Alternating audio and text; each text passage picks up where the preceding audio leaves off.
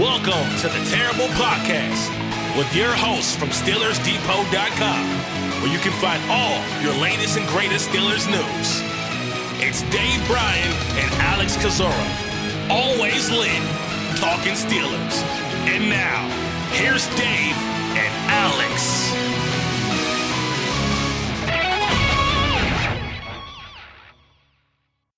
Welcome to the Terrible Podcast, Season 14, Episode 61. He's Dave Bryan. I'm Alex Kozora, SteelersDepot.com. Thanks for being back with us here this Monday episode, Steelers Nation episode coming out a little bit later than usual today because of the Mike Tomlin press conference held at noon, just wrapped up. So Dave and I wanted to get a reaction and hear from Coach Tomlin before recording today's episode. Dave, how you doing? How was your weekend?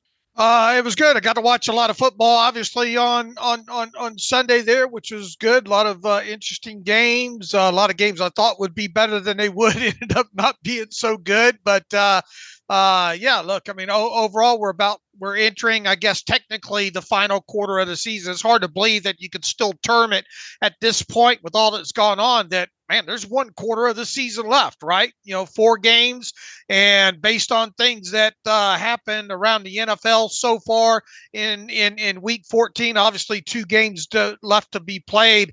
Didn't realize it was a doubleheader Monday night, but good for us. We'll get to sit back and watch that. But very, very important 4 games, right? Because the Steelers, I guess, technically control their own destiny. I know that doesn't get a lot of people excited, and I know when we talked coming out of that game on the Friday show there, we talked about there are still 4 games left. So we'll get to find out what this team is made of, and at this point, it really feels like this team has to run the table and at worst be 3-1 with maybe the lone loss being to the Seahawks and then trying to get a little bit of help along the way. But there's 6 teams right now at 7-6 in the AFC. Somehow the Steelers managed to come out of this weekend the number 6 seed in the AFC. But you got a big game coming up on Saturday against the Colts, so that's where we sit. Yeah, Saturday's game will face 2 of those 7-6 teams, between the Colts coming off a pretty terrible loss to the Bengals and Pittsburgh coming off 2 terrible losses to the Cardinals and the Patriots. So yeah, Dave, Pittsburgh has fallen up this weekend after the Patriots game. They were the 8th seed, and then with the Colts losing, the Texans losing, etc., Pittsburgh now the number 6 seed if the season were to end today. Again, Mike Tomlin holding his press conference, so we'll begin there and talk about the health of this team going into Saturday's game against the Colts. Kenny Pickett has already been ruled out by Mike Tomlin with the ankle injury. Mitch Trubisky will start. Alex Highsmith, T.J. Watt are in concussion protocol, and we'll just have to wait and see if they can get cleared in time. So from an injury standpoint, those are some of the most notable takeaways and storylines. Pickett still out. Trubisky is going to start. Mason Rudolph will get increased reps this week per Mike Tomlin, but that's just because of the longer week more than anything else. There's really no competition. In fact, Mike Tomlin said we're not opening up competition at the quarterback position. Yeah, and we didn't really spend a lot of time on this the other day talking about the whole Watt thing coming out of that game. A lot of pushback, and leave it to Mike Florio of Pro Football Talk to be a huge instigator on this. But kind of everybody wants to know how the heck was T.J. Watt cleared to go back into that game, and especially, or did he even get tested for a concussion? And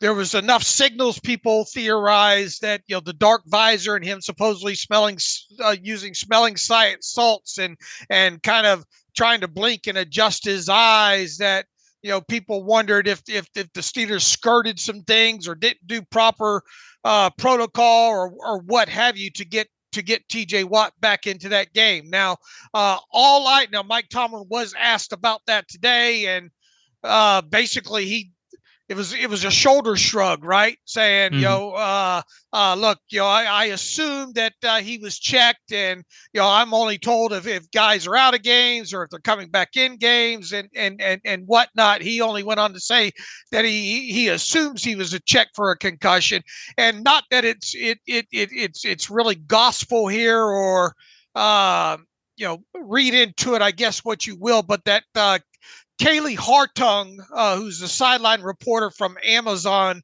Prime, I went back and listened, to the or watched the TV tape again and listened to kind of some of the analysis and on. I went specifically to that part after Alex Highsmith had came out of the blue tent, and her report on the sideline was, and this is verbatim, I transcribed, Alex Highsmith is still in there. We are told he's questionable to return because of a neck injury.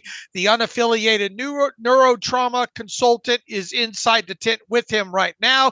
And it was earlier that we saw T.J. Watt in there, also with the UNC, for 4 minutes, but he's been back in the game, and his helmet now has a tinted visor attached to it. So once again, you're reliant on someone reporting there, but that was at least reported in game. Now, I am not an unaffiliated neurotrauma. You're an affiliated one, right? Yeah, I'm none of them. Obviously not qualified to talk about that, but all I know is if he's unaffiliated, then he's not affiliated with the team, right? Right. The NFL has an independent doctor for each game to try to avoid any potential biases by teams to allow players to continue to play with concussions. Okay, so if indeed her report was correct, that TJ Watt was in there with the UNC for 4 minutes, and if he cleared TJ Watt to go back in that game, then wouldn't that be on him? TJ Watt's going to tell you, I'm fine, let me back in the game, that kind of thing. And I don't know to what degree the Steelers' own, medical staff looks at him and all like that. But I mean, if indeed, and that's a big if, we're just going off what they tell us on the television there. If her report was that he was in there for 4 minutes with the UNC and then let back in the game after that, does it matter that he had a tinted visor on? Does it matter? Does the rest matter? Does this all fall back on him? I have just two thoughts on this. I'm not seeing any information that would indicate Pittsburgh did anything wrong here. And we know he was checked by team trainers and team doctors because he was on the bench getting checked at one point as well. His jaw was being checked at one point. There was a sideline shot of that. Right. And then whenever he goes in the blue tent with maybe team personnel, but also the UNC, they have to be, they're checking for a concussion or symptoms or anything then. So based on that, there's nothing that tells me Pittsburgh did anything wrong. There could be questions about the process. This happened last year with Tua. Remember the UNC in that game with Tua last year got fired. Some view that as a scapegoat type of thing. I'm not sure what's fact, what's fiction there, but that's the policy in place for someone who does not work for the team to come in and evaluate to hopefully take away or reduce the risk of any sort of bias of letting a guy go back into a game. That's been the concern. But I think there is a valid question about, how was he cleared? Why was he cleared? Because to wear a tinted visor, when I saw that live, I went, that's a bit strange. Does he have an issue with the lights? Is something with his eyes? And that may be an indication of a concussion. So I think it's fair to question how he was allowed to go back into the game, but I'm not seeing any evidence that Pittsburgh did anything wrong from a procedure standpoint that allowed him to get cleared. Right. Then obviously, he reported he self-reported the symptoms on what day was it? Saturday?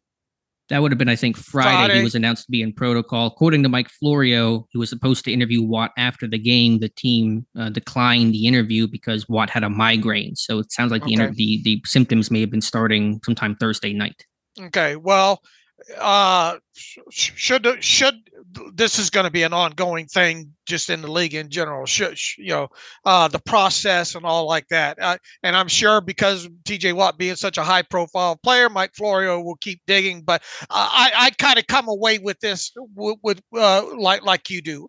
I don't, at least on the surface from what's out there, I don't view the Steelers as having done something wrong or negligent here. Mm-hmm. At least on the surface. Now, might it be found out otherwise? I mean, people have to talk to the UNC and all like that. And we know symptoms can be delayed and they don't always present immediately, and no concussions are exactly alike. But if you're asking just my personal opinion as a clearly non-doctor, it is tough for me to believe that Watt did not play that game with a concussion, considering that he apparently had symptoms shortly after the game, a migraine, according to the team, at least according to Mike Floria via the team, and then, of course, being in protocol the next day. So I think you have to examine the process of how a player gets cleared and why he was cleared. But again, I'm not seeing any evidence that Pittsburgh was skirting the rules or trying to intervene or obstruct the evaluation of T.J. Watt. Sure. The newspaper has a smell of fishiness to it overall. Sure. And we've seen issues still. Gardner Minshew gets crushed against the Bengals. He gets up and stumbles, clearly, hit hard in the head. And there was never a check on Gardner Minshew. And so you have to ask yourself, what is the process? And with Tua last year, obviously that became the top story in the NFL. So there's still, I think, fair questions about how the NFL handles head injuries. All right. So we'll see if Alex Highsmith and TJ Watt can clear protocol and be able to play on Saturday. Right. I know. I get the sense that kind of people assume that they will, and maybe they will. Mike Tomlin left up in the air. They're going to follow the process, but, they have a couple extra days. But typically guys that get concussed, and we know that Watt is concussed, and we probably assume that Highsmith suffered one as well. They almost always miss at least one game when they actually have a concussion. Some guys are in protocol. They don't actually get diagnosed. They exit protocol pretty quickly. So, we'll see, but I'm not super confident these guys are going to play on Saturday. Okay. Well, I mean, it's hard to predict these kind of things for sure, not knowing the level and all like that. So they'll be in big trouble if they don't. You certainly would like to see them be able to have both of them, but not at risking, not at risking their brains. Of course. What do you make of the decision? Mitch Trubisky will start. Mason Rudolph will be the backup. Kenny Pickett out. Really, no competition to be had here. I doubt we're either of us are shocked by this news. No. But what's your take on the actual decision? I mean, and look, Mike Tomlin said he thought Mitch Trubisky did better as the game went on. I wonder if there's extra tape that I'm missing or something here. Look, what way did we think this was going to go? We can say, I know you wrote a nice post the other day of why, you believe Mason Rudolph should be the starter. I don't disagree with that.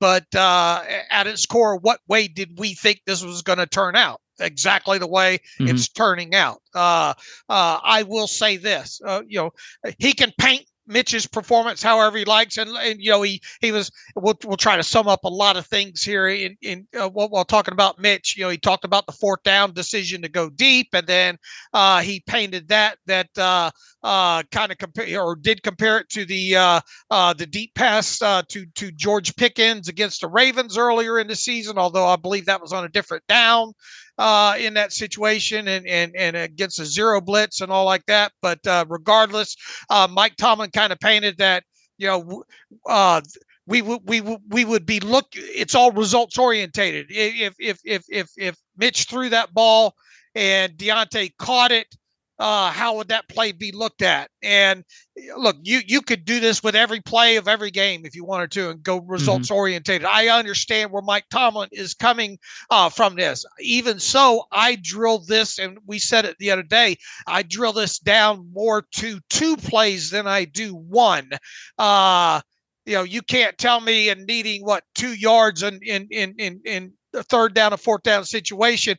And we do this a lot. We question process, not necessarily results. Now, would we be talking about the process as much on Friday morning had Mitch completed that pass to Deontay Johnson? They end up getting in the end zone, yada, yada. Probably not as much, but we have to go off of what happened, and especially considering your 2-down situation, what and just the ability to throw the football overall, and the probability factor involved in completing a pass. What was it, 33 air yards down the field, yada yada. So I understand how Mike Tomlin is trying to frame it, that but if he completes it, are we talking about it? Well, I mean, you could break down every play being successful, not successful, and being results orientated that way. I think more than anything, it's process involved in that particular situation. If you do it earlier in the game versus later in the game, it's probably less talked about as well. But you're talking about a critical, obviously end of game type situation there. I thought Mitch Trubisky had a very poor game. End of story. I did as well. And you're right. Trubisky did that earlier in the game. It was a 3rd and 5. He took a deep shot to Deontay, right sideline, incomplete. We don't talk about that much because it doesn't carry the weight that the 4th and 2 with the game. And in some ways, your season, to an extent, was on the line. Going back to the All-22 on that one, I was really critical on the Friday show of the play calls. I still think the 4th and 2 that he flipped to Jaylen Warren was not a good play call overall. But watching those last 2 plays, that 3rd and 2 incompletion to Pickens, in the 4th and 2 incompletion to Deontay Johnson, there were plays there underneath that were designed and schemed to be open. And I assume the primary read, if they were open on that 3rd and 2, the flat to Deontay is open. If you hit that, that's going to be a first down. On the 4th and 2, that little rub route with Allen Robinson underneath Pat Frymuth might be a tight window throw, probably going to take a shot, but it's open. So to me, I've said this before, and that's why I would personally advocate for Rudolph over Trubisky in this game, especially on a fuller week to get reps and get some prep time. Trubisky's risk meter is broken. He's not hitting what's there, what's designed, what the primary stuff is. He'll take the riskier, higher reward throw instead of just kind of how the offense is designed to get the yardage needed in that moment. And that's been a continual problem in his game. YOLO Bisky. Exactly. He loves the YOLO ball. And like, even if he hits that to Deontay, you're right, we're not talking about it, but it's not like that throw's guaranteed to win you the game. You're maybe at the 20, 15-yard line. You still could play for the field goal. So if that's a situation where if you hit that, you're going to hit a field goal to win the game, that's one thing, but you could easily still hit that and then just tie the game. So it's like even the reward there is not as high as you might think that it would be. And look, even the rub that for Allen Robinson there, that was never in Trubisky's cards in that one. So, I mean, he already made up his mind. He was going down the left-hand side. So to go back and try to still shot that or look at the play in slow motion or whatever, it doesn't matter because he's already letting loose that football. His mind's made up. But that's the problem. That's right. It's too predetermined. Okay. Yeah, I agree. Right. So look, I really think that you need, and once again, I think you boil it down. I mean, you could singly focus on just a 4th down decision going deep all in and of itself, but I think those 2 plays combined, Yeah, but even the 3rd and 2, he passes up the less risky throw to Deontay, the one that's open in the flat. They're running a slant flat concept, and he wants to throw downfield to Pickens on the slant. The more reward, you're going to get more yardage from that, but the higher risk, and the pass is incomplete. Right. And so, the probability factor, the situation factor, and all like that. I mean, once again, if you're doing that earlier in the game, I went back through the tape. I know you have as well too. I didn't think Mitch played all that great of a game. I think he's lucky to only have the 1 interception in the game on top of it. No, I agree. But Trubisky will be the guy, and neither of us are surprised by that. And we'll just hope for better results against the Colts. And look, now you're at the point we figured it would turn out this way with Trubisky. Man, you got to win this game against the Colts, right, Alex? I mean, I guess technically we don't know how things are going to play out. If you lose this game, if the right things happen and you win your final 3 or whatnot, that you could, there are obviously scenarios out there that could get in. But man, it really feels like all 4 games right now are must-win games for this team. And where I'm going with this is if you get in a situation and Mitch is not playing good ball again, and you're down 12, 13, whatever points in this game to the Colts, you gotta consider putting Mason in there for a spark.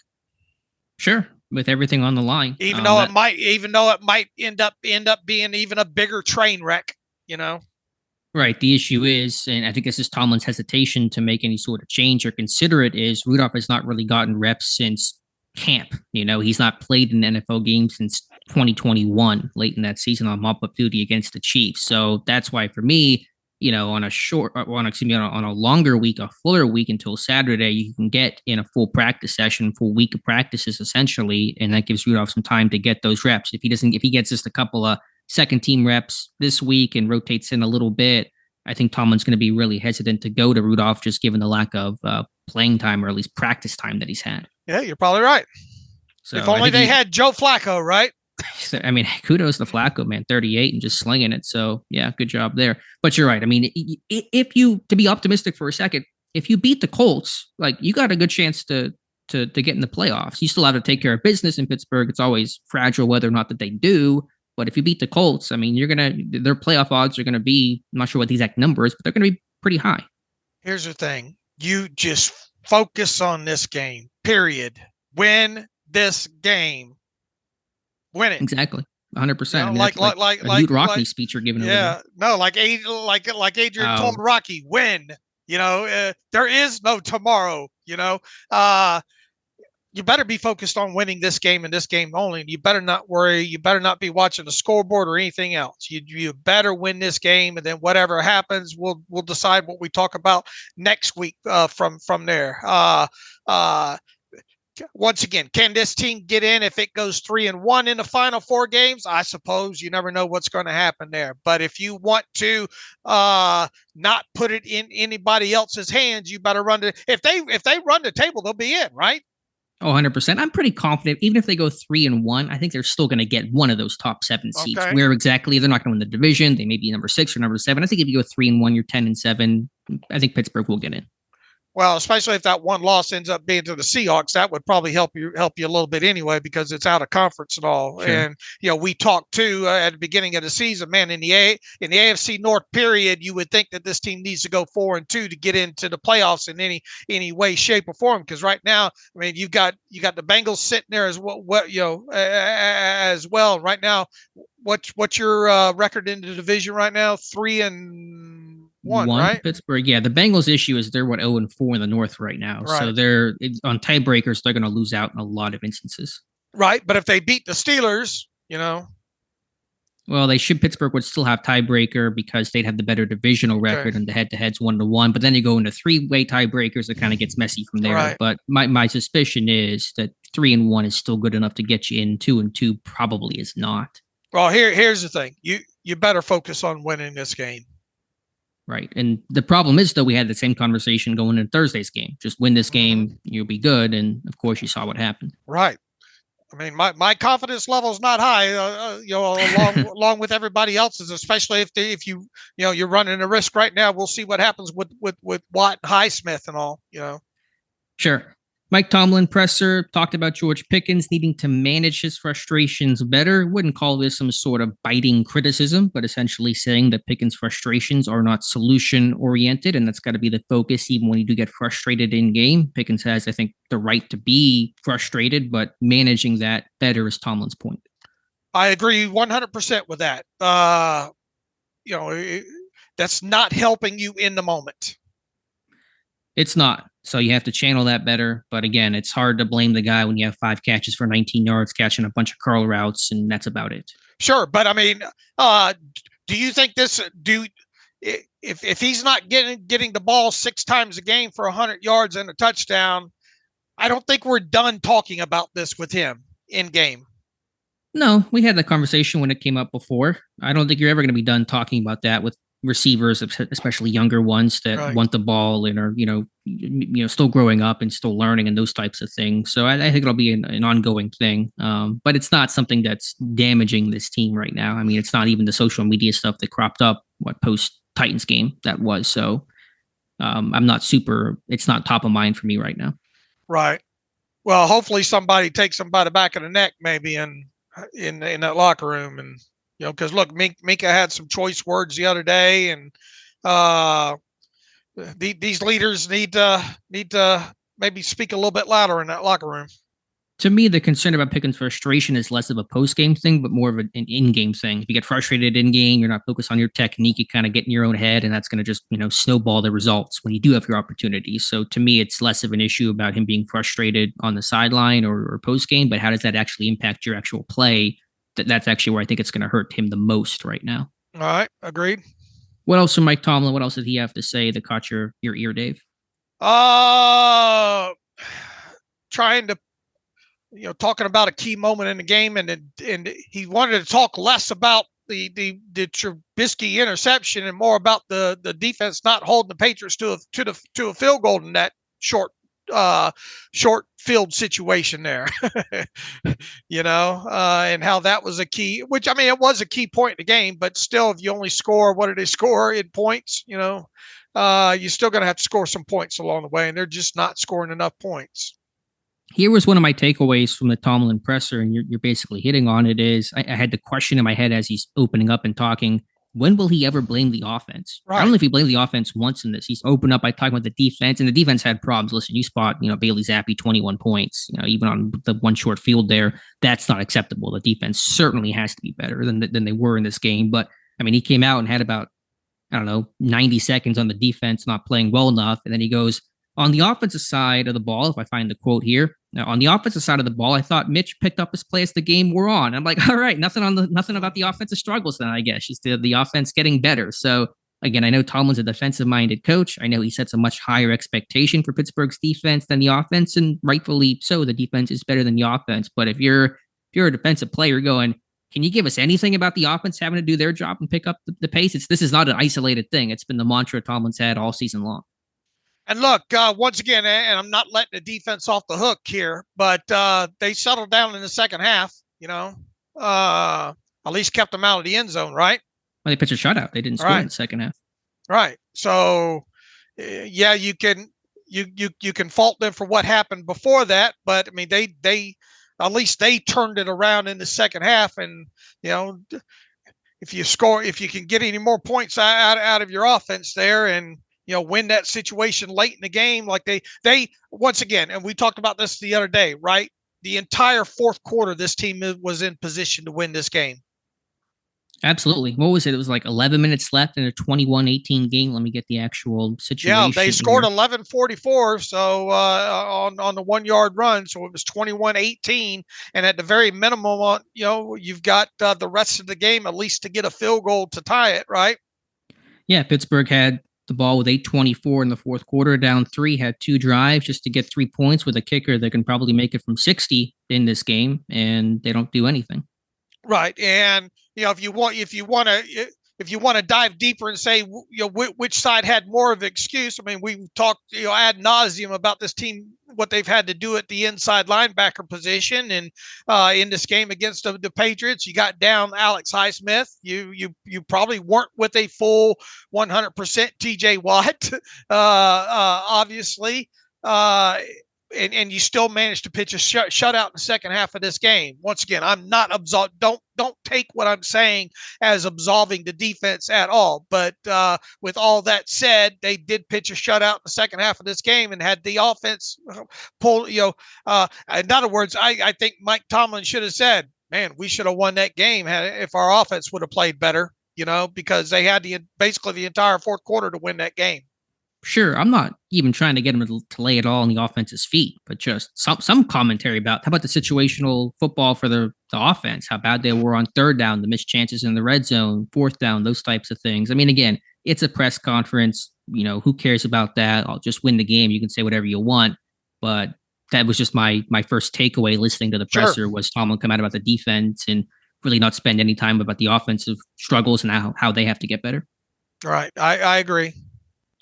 That's probably about it for me in terms of the big takeaways from Tomlin. I mean, he was more optimistic in this one, and I get he's got kind of this, let's steady the ship on this kind of stormy path that we're on. That's usually where Tomlin directs to. He's not going to get super emotional in these type of moments when there's already a lot of emotion in that locker room, and that's probably the right approach to have. So we talked about, are things fixable? Things are fixable. Didn't really seem to take into account Minkah Fitzpatrick's comments, just kind of really, twisted them a little bit in terms of what Minkah was talking about, and wasn't concerned about the slow starts. So stuff that you can probably discuss and debate, but Tomlin trying to be very even keeled right now for a team that's clearly in flux. He called it another subpar performance as he did against the Cardinals. Yeah, I could use another S word instead of subpar probably. Could have came up with a better one, a lot shorter too. Let's see, what else did he say? He thinks he has the depth and the people in the locker room to make the playoffs. So, look, got 4 games, man. 4 games. How will this be looked? How should it be? How will it? be looked upon if by some miracle this team goes 4-0, gets into the playoffs, and wins a playoff game? I know this feels really, really high out there, hypothetical at this point, and people saying playoffs. You're talking about getting win a game against against 2-10 teams. I get it, but how will this be looked upon if it gets accomplished? It'll be the Mike Tomlin rallying cry that the team is still buying in, that he has not lost the locker room. And I wrote this morning, just wondering if he has or not, just based on their play and the comments and the frustration and how flat they came out against the Pats and what that means if he has lost that locker room. But obviously, if you turn this thing around and run the table and go on this kind of great run, then guys are buying in, and it's a Tomlin, mantra of, they're down, but they're not out, and they find a way to get back in this thing. And obviously, we're not talking about or remembering or focusing on the feelings and discussions we're having right now. What did we learn? Did we learn anything today? No, essentially no. No. I didn't really expect to learn a whole lot, especially with kind of a cooling off period a couple of days since the game. Just to get confirmation Trubisky was going to start. Not surprised by that, but really did not learn anything new. And really didn't get much of an answer concerning Leal. He was asked about Leal. Now that you have now that you're fully healthy on a D line, what went into Leal not getting the helmet? He said, we just had a lot of people available. We had to make some choices on a short week. We put together the group that we thought would give us the best chance of winning. That's kind of damning in and of itself, if you really think. I know what he was trying to do, trying to gloss it over, but look, nobody understands that this team has to have inactives every week like we do. We spend a lot of unnecessary time playing that game just because we like the minutia associated with it, and that minutia produces us having questions about why certain people don't get helmets. And you're talking about a second-year guy, a former third-round draft pick, on top of it, that's now not getting a helmet after seeing snaps dwindle. There's more smoke there's more smoke, or there's a bigger fire there than maybe the smoke that Mike Tomlin is trying to let out, in my opinion. I'm sure yours as well too.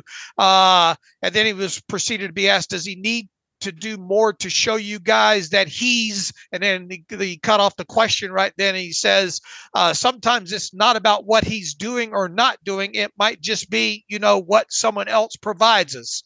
Well, you would hope that Leal would be one of those guys that could provide us whatever that provide us is, Yeah, I don't know exactly what that means. I mean, sometimes it's what, other means he's not good enough to get a helmet right now. Sure. They don't trust him enough to get a helmet. That's what it means.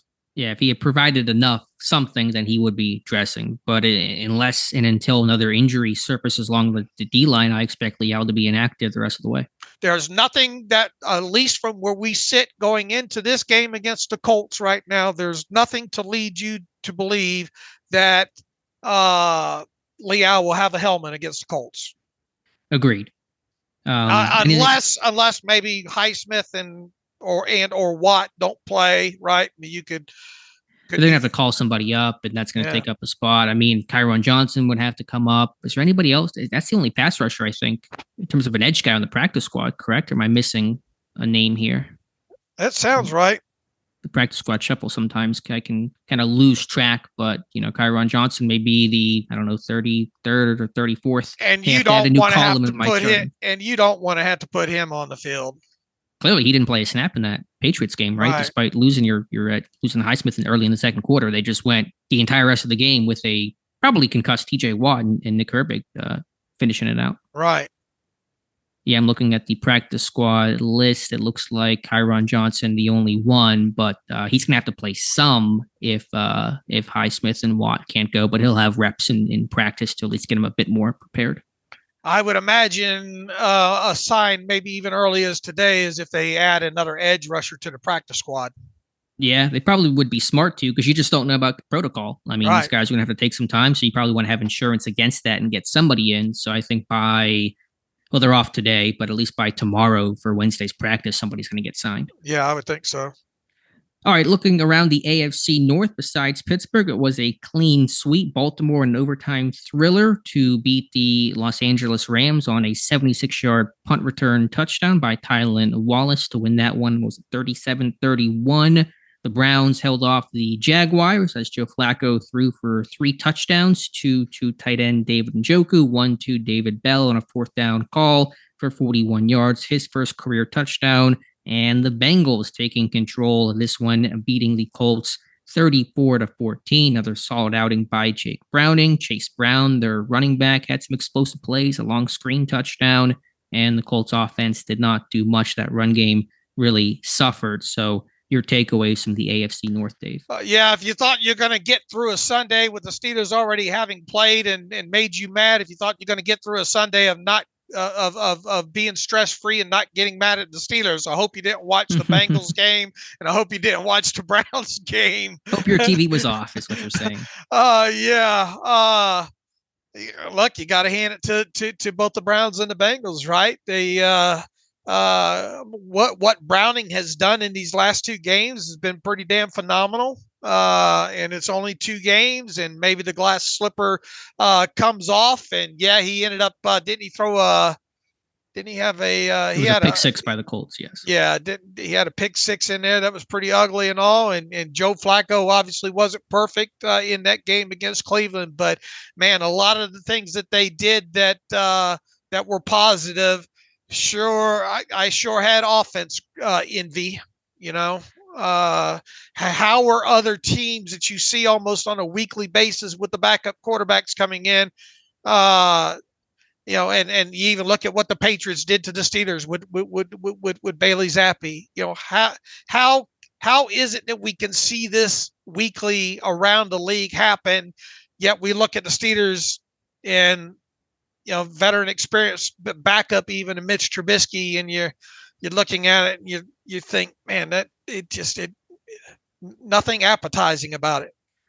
Yeah, it's frustrating for sure. I wish I had a good answer for you. I mean, obviously there are, many teams that have had backup quarterbacks play and the results have been ugly, but you have what you would hope and are paying as such a competent quarterback in Mitch Trubisky, and whether it's a scheme thing or just a talent evaluation type issue. And again, Trubisky's own problems about not taking what's there. There was a really good commentary from, I think, Ben Fennell this morning that Joe Flacco, he knows how to play the quarterback position in terms of where the ball goes on time, in rhythm, effectively. And Trubisky really has not shown to be that guy, because he wants to push the envelope. He wants to throw the deep ball. He wants that YOLO, let's go for the home run ball type of mentality. I had this thought just watching the All-22. I mean, Pittsburgh just does not have a good pocket passer right now, like somebody that can really navigate and play from within the pocket well, go through their reads, their progressions, their presence within the pocket in terms of hitching and sliding. I mean, again, Pickett and Trubisky will show that on occasion, but I just think overall they're lacking a really fluid. You watch CJ Stroud, and I know he's Stroud and he's obviously better than Pickett and Trubisky, but you just watch some of those guys that can really navigate from within the pocket well and play the quarterback position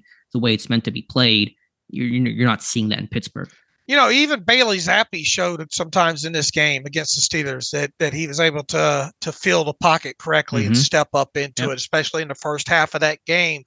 You look at, and obviously Dak Prescott's on a different level. Dak, and they've obviously got better tackles and really a very nice left side of that offensive line that's easy to trust that. But I mean, there's these guys don't have any issue of trusting the pocket and stepping up into it and then making plays down the field that way. And you just don't see the Steelers do that, or if you do see it, it's not very frequent at all. Yeah, I mean, even just something like getting to your next read and finding the check down without having to bail. I think Trubisky, he does a better job than Pickett in terms of knowing where his hot is at and getting to his check down in some instances better, but he also try to run out of the pocket while he's doing that. So just small things like that where it just it's not as, designed, and the way that you draw it up, you just don't see that right now from these quarterbacks. And then look, when they are moving out of pocket, you're not seeing them make those special signature plays. When they do when something does break down. And obviously you don't want to get in a situation where you're having to do that 15 to 20 times a game where you're having to pull a Mahomes or insert quarterback there. But you're not seeing enough when they are having to play outside of structure. They're being signature plays. In fairness, I don't really expect that from either guy. They're not of the Mahomes, Allen physical skill set that allows them to make. I mean, that play that Josh Allen had along the sideline is just something that you can only dream about happening in Pittsburgh. But to be fair, most 95% of quarterbacks can't make that play. Sure, but I mean, going back to the point, and it's easy to look around and have envy and not notice the negative as much when you're watching other teams because you're more hypercritical watching the team that you follow more. But you watch what Flacco did and just some of the design and people say, yeah, but he had a couple of guys wide open. Well, okay. How come the Steelers can't scheme some of this up, to get guys wide open there? I get that some of these are some of these throws that you're seeing are layups. Well, Steelers need to get them some layups. Yeah, that's why I began my answer talking about some of the coaching. When you're down personnel, I think scheme and coaching becomes all the more heightened. I think any coaching staff can look good with a grade A blue chip talent. That's fine. But whenever injuries strike, it's late in the season, you're battling fatigue and injuries, both big and small. How do you manage that? How do you overcome that? That's where coaching really comes into focus. And you're seeing the Browns on that fourth down call that kind of roll out to the right and Bell's open over the middle. The defense bites. Now, again, that call doesn't work. You'll get killed for it. That's the black and white nature of the NFL, but you're just seeing those things. But yeah, I mean, Flacco and Browning, they're not the elite physical talents in terms of, Mahomes and Allen, Lamar, those types of guys. And they're playing from the pocket. They're making plays. And the scheme is helping them. It's aiding them. And so those are things that aren't consistently happening in Pittsburgh. Right. I agree. And look, I mean, you got 4 games to try to show some, it's just, we know what it's going to look like if they win games. It feels like, we dare them to show us something different where it's a 30-17 game. Yeah, it's the same movie you're watching every week. It's like right. the people that watch the reruns of The Office. You just what's going to happen before you even hit play. You're expecting that. Even on just getting the All-22 of this game a little bit, the Trubisky interception, I didn't like the decision from Trubisky. Frymouth did kind of slow up on his route there at the top, but it's just 4 verticals for Pittsburgh. And so the Patriots defense are just getting depth and they're kind of carrying things vertically. There's nothing underneath. There's no crosser that's going to maybe stress somebody horizontally. It's just 4 verticals. Yes, it's 3rd and 10, whatever the down and distance was. It was 3rd and long. But there's nothing there that really stresses the defense beyond just 4 verticals. Plus, they did a great job of disguising what they were doing too. On that particular play. They have a post-snap rotation or something? Yeah. They really did a good job of showing one thing pressure-wise and then post-snap painting a whole different picture where, I don't think Trubisky I'm not excusing him, but that just points to some of the things that they do on the other side of football that we don't see the Steelers do a good enough job at as well. Yeah, I mean, I think Pittsburgh's secondary injuries have limited them recently in that regard. But yeah, I know Pittsburgh used the hard count a ton in that game. I heard Trubisky using it repeatedly just to try to get them to maybe, show a blitz or show a rotation, and it didn't really seem to work that well. Right. But yeah, I mean, that was something we noted. The Patriots, they have a good secondary, a good defense, a veteran-laden group with Phillips and Douglas played football for a couple of years now, et cetera. So they can do some more things post-snap, and I think that certainly gave Pittsburgh a lot of trouble. And, the All-22, there were some glimpses of some nice runs there. In fact, they probably ran a little bit better than probably what we expected them to run, right? The Patriots or the Steelers? The Steelers. I mean, it wasn't great overall, but I mean, from what you kind of expect, there were a couple of nice 4 or 5, yard runs. The biggest thing once again is it coming down to you not having enough trust in your run game in the 3rd and 2, 4 and 2 situation there. Yeah, I mean, they did. It was about what I expected. They did enough, though, once again, to put themselves in a position to win, as ugly as it was. Mm-hmm. Yeah, they did. I mean, they had multiple, even just to tie it, at least with a grade A kicker, to not even get in his range was disappointing.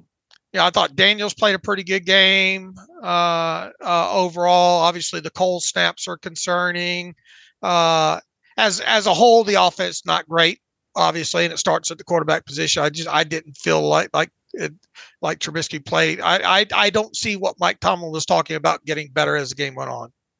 Yeah, I mean, maybe just from a point standpoint that they were able to get some points on the board a little bit, but even then that felt like pulling teeth and took a great catch by, Deontay Johnson to get your first touchdown. of the game. I don't think play action has been super successful. I don't think teams are really biting on that. I don't know why that is. I mean, with Pittsburgh's running game being successful, you thought maybe that would aid things a bit. I haven't done the numbers on that. They hit a big play against the Cardinals for 38 to Pickens off of play action, but I just feel like generally speaking, play action is seemingly non-threatening to opposing defenses. Yeah, and then you see the first Browns touchdown under center Joe Flacco play action. Yeah. Yep. So maybe I'm wrong on that. I don't know if we actually have data on play action numbers. They have been utilizing it more, I think, since Canada has been fired, but I don't know if it's been incredibly successful in the way of really getting defenses to bite and take the cheese. Yeah, I'm going to wait till I know we've got Tom Meade's numbers and play action into charting and all. I'll have a bigger picture focus. Why don't we talk about that on Wednesday a little bit more on the play action and success or lack thereof. Yeah, that sounds good. One other thing I was noting, and I was messing around with some numbers last night, and I didn't feel like the numbers were striking enough to write about it, but I have the numbers here. Pittsburgh within 3-by-1 a lot. If you're an offense formation, in terms of your passing, your gun passing concepts, you can be 3-by-1, 2-by-2, or empty are the most common ones. And I had Pittsburgh 3-by-1 on 58% of their pass plays from shotgun. I think 2-by-2 was something like 27%. And most of the others were empty. They came out in 3-by-1 like the first, 5 or 6 plays, and they kind of mixed things up a little bit later in the middle portion of the game, and then late in the game some 2-by-2. But I don't know. I don't know if that's a high number or not. I imagine it's maybe a little bit higher than league average, but just something I noticed that I felt like they were in 3-by-1 kind of static stuff early on. All right, here I do have some numbers for you here updated. Play action, 94 snaps this season for the Steelers, which is 12% usage. It ranks 30th in the league as far as usage percentage goes.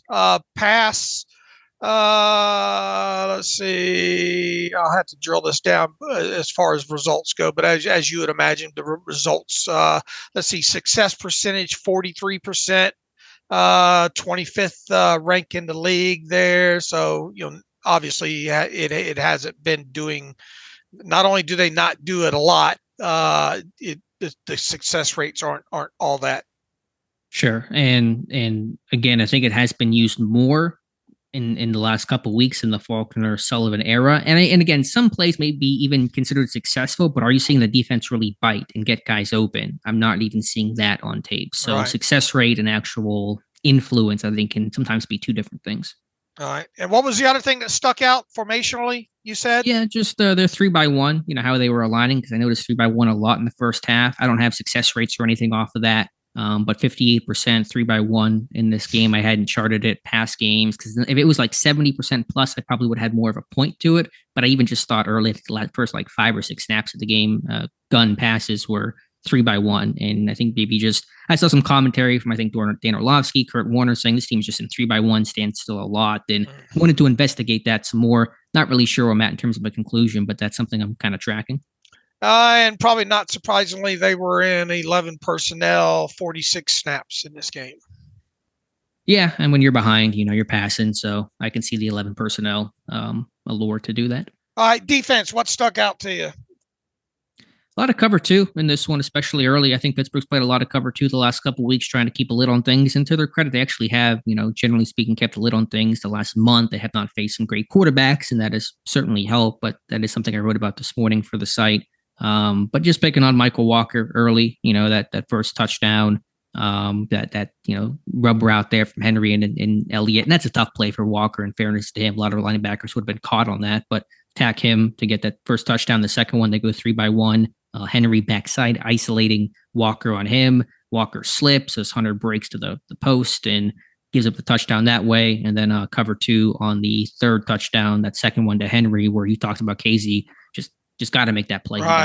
Right. Yeah. It's hard to imagine when you look at that, especially from the end zone view, and kind of see him try to sneak that, sneak the tight end, fake the screen to that side and kind of run what I like to call a sucker, sucker type route. We saw the Eagles do this against the Steelers, and it's become, it's not uncommon. And I thought overall Casey recognized the whole thing well.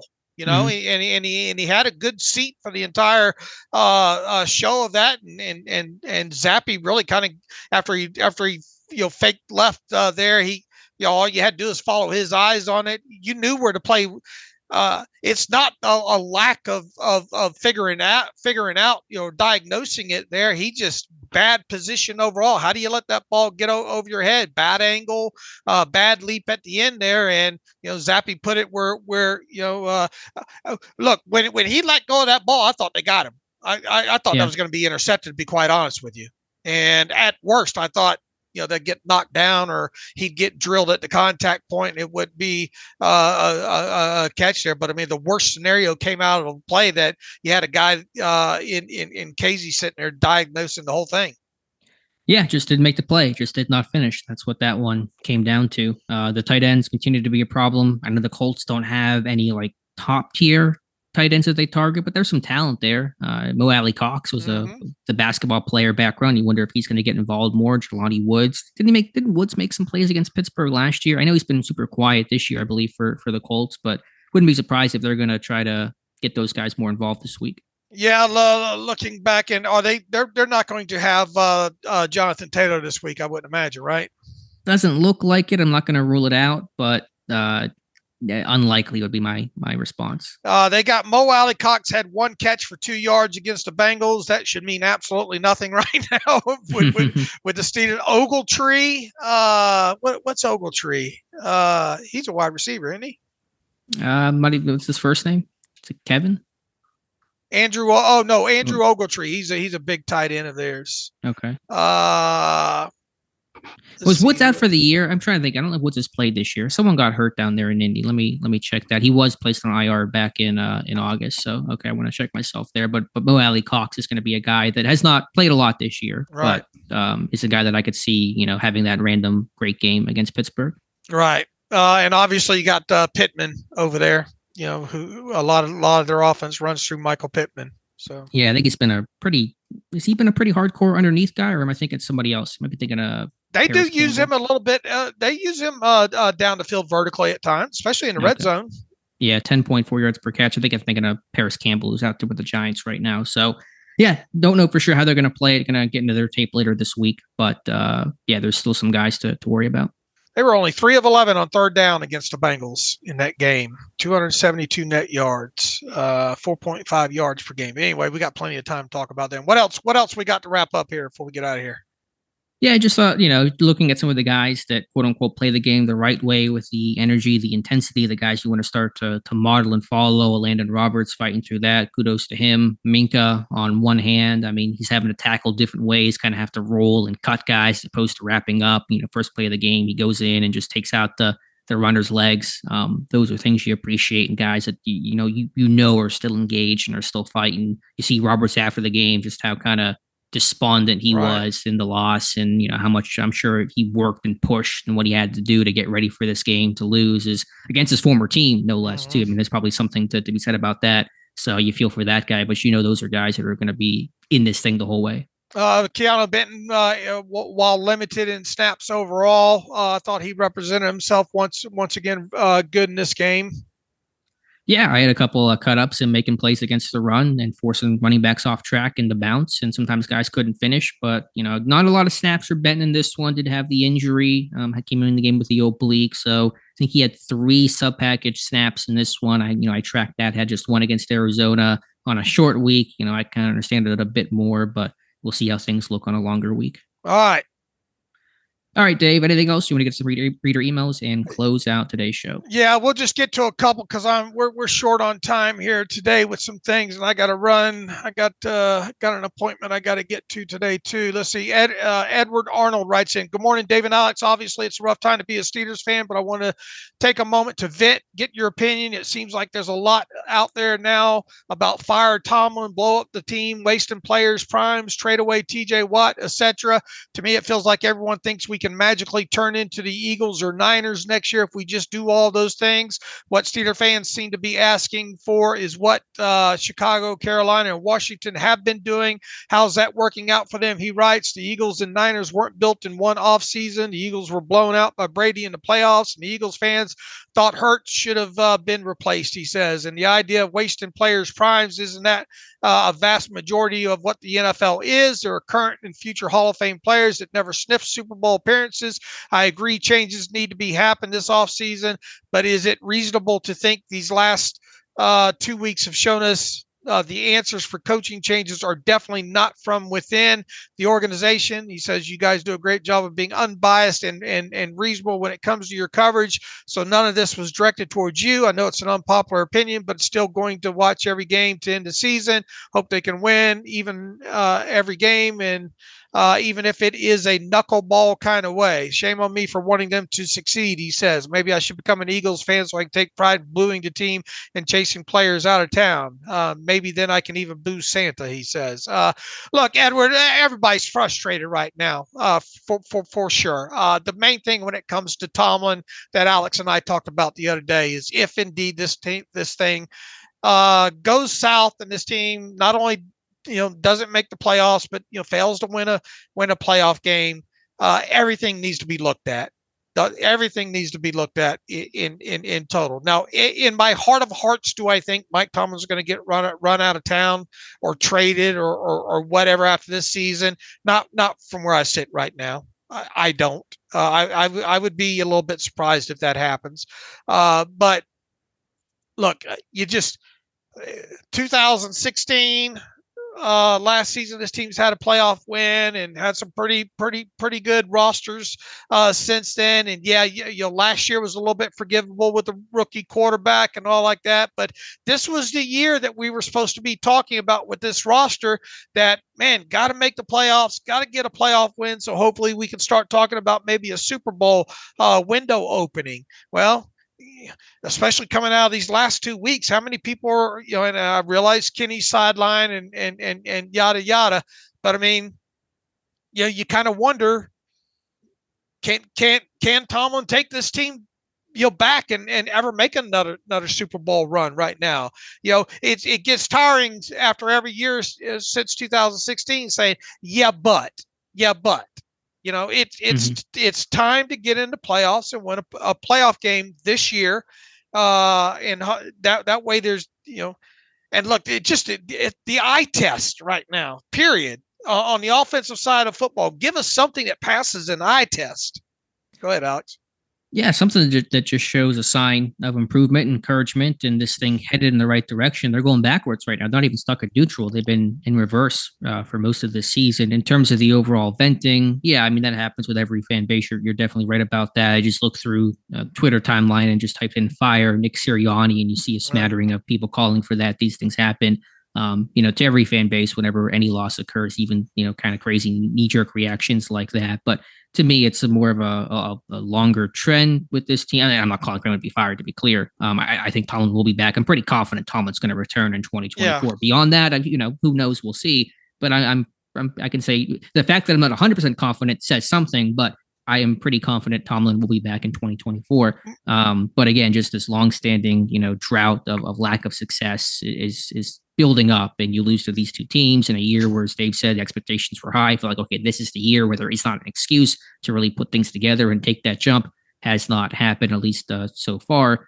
What happens, Dave? I know we're kind of speculating. What happens if this team gets to the playoffs, but is one and done again? What is the reaction? Something will have had to have gone right for them to get to the playoffs. They'll have to turn this thing around to some degree, probably go at least 3-1, which is going to have a different shift in tone for this team. But then they get bounced in the wild card game. What becomes the reaction then? It's not good enough. It's not good enough. The expectation should be, in my opinion, this year to get into playoffs and win at least one game, period.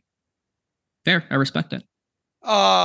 Merely getting there, you put it in a post the other day or today, or I'm losing track there, saying, the standard used to be Super Bowls, and it used to be AFC championship game. Then it used to be, okay, win a couple playoff games. Then now it's just get into the playoffs. Never had a losing season. Or never had a losing season. That's not what you work towards every year. Some organizations, yes, I agree. They would love to have that. Mm-hmm. They would like to get to that point. Tomlin's done this long enough, has had good enough rosters since 2016. And I realize every season has its own set of circumstances and all like that. But, I pulled up that quote from Art Rooney II back just this past January, after the last season ended, him talking about, he liked the way this team finished, Right. And that gave him hope, with the rookie quarterback and yada, yada. Are we just going to be able to rubber stamp that again? And from Mark Rooney said, well, they finished 3-1. They got in the playoffs. We lost the play. I like the way they finished. Did you? Sure. Right. I mean, ends in a loss. And again, we know how hard it is to win in the NFL. We're not saying, they didn't win the Super Bowl, so it's a failure. But there's a point where you have to win a playoff game and show, okay, the pieces are there. There's real tangible progress. You've done something you haven't done in a while that shows we're headed in the right direction. And we're not seeing that for the longest time right now. And I'll go back once again. People don't like to hear me talk about it, but there are 4 games left in this season. So let's see what happens here. And if they beat the Colts, we're all going to be happy and going, Dave, they're back in it. And the tone will change. Yeah, and it seems like the tone's changed every other week this season. Sure. Even though the overall, it's not they're getting the W. It's not really passing a lot of eye tests, especially on the offense. But it's been quite a roller coaster ride. Look, just beat the Colts, and then let's see what the narrative and what we're talking about next week is. If they lose to the Colts 3 straight, well, not that I think that it can get any lower than what it is right now, but we'll see. One more. Sean writes in, there's nothing to get excited about going forward. Looking at this team, serious changes needs to be made. The product is unacceptable for the Steelers. Let's not give Colbert a pass either. He says some of these draft classes after 2016 were terrible. Why does this team refuse to find some young coordinators, someone who brings innovation to the team? Both coordinators should be replaced at the very least. It's tough watching all these backups around the league light up the scoreboard and stat line, and our first round quarterback can't do the simplest of things. So we'll end that with kind of just a commentary from Sean, because really don't have anything. We understand people are upset for sure. We're upset. With the way things have gone, specifically these last 2 weeks. It's understandable. A lot of people are saying the things that people are saying right now, right?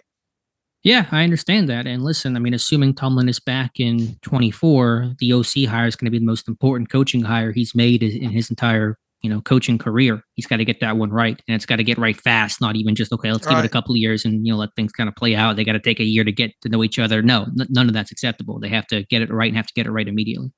Right. So if we leave you with anything on this Monday podcast, it's the fact that they're the 6th seed right now. And there's 4 games left in the season, 2 against teams that have 7-6 records, 1 against the Seahawks team that's about ready to mail it in probably, and 1 against the Ravens at the end of the season that who knows what situation that will turn out to be for them. So 3 of these games, even the way the Steelers play football, seem like are somewhat winnable. Yeah, Pittsburgh has the capacity to win them, but we've been singing that tune for a while now, and singing the tune against the Cardinals and the Patriots. This team just has to have some resolve, and I think Dan Moore made the comment maybe after the Cardinals game, got to show some mental toughness. This team has to show its mental toughness right now. If they don't have that, if they don't show that, it's not going to matter. All right, hour's up, Alex, or else I'm going to have to charge you more for your time. Send you the bill. All right, we'll be back. I got a live stream tonight, 7 p.m. Eastern time, Dave and I, so we'll get similar comments there, and then be back on Wednesday to talk about, not sure what to talk about. We'll find something to discuss. Yeah, injury report be out and all like that, and players will have talked, so we'll find something to chat about for sure. All right, in the meantime, you can follow me on Twitter at Steelers Depot. Follow Alex at Alex_Kozora. Follow the show at Terrible Podcast. Email the show, theterriblepodcast@gmail.com. If you like what we do and want to donate to the cause, SteelersDepot.com. Hit the donate button up right navigational bar. Also, if you like an ad-free version of the site, SteelersDepot.com. Find the ad-free button. Follow the directions that way. So until Wednesday, as always, thanks for listening to the Terrible Podcast with Dave and Alex.